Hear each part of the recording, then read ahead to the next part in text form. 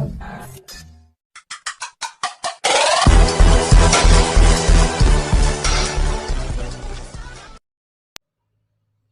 And welcome दोस्तों, स्वागत है आपका हमारे YouTube channel J are gamer.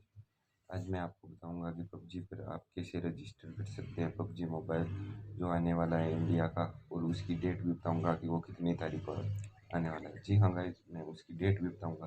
सबसे पहले क्या करना है, आपको प्ले स्टोर ओपन कर लेना है अपना, और यहाँ पे लिखना है पबजी, PUBG।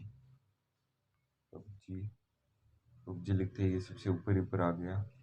यहाँ पे ये प्री रजिस्टर लिखा हुआ है ना, इसको दबा दीजिए तो ये इंस्टॉल भी है अवेलेबल।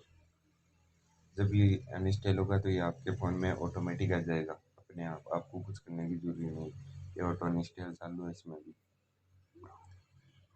तो भाई, जब मैं आपको बताने वाला हूँ कि पबजी कितनी तारीख को लॉन्च होगा।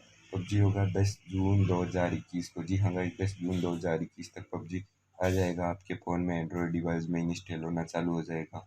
तो वीडियो अच्छा लगे तो वीडियो को लाइक करना, और चैनल पर नए हैं तो चैनल को सब्सक्राइब करना मत भूलना।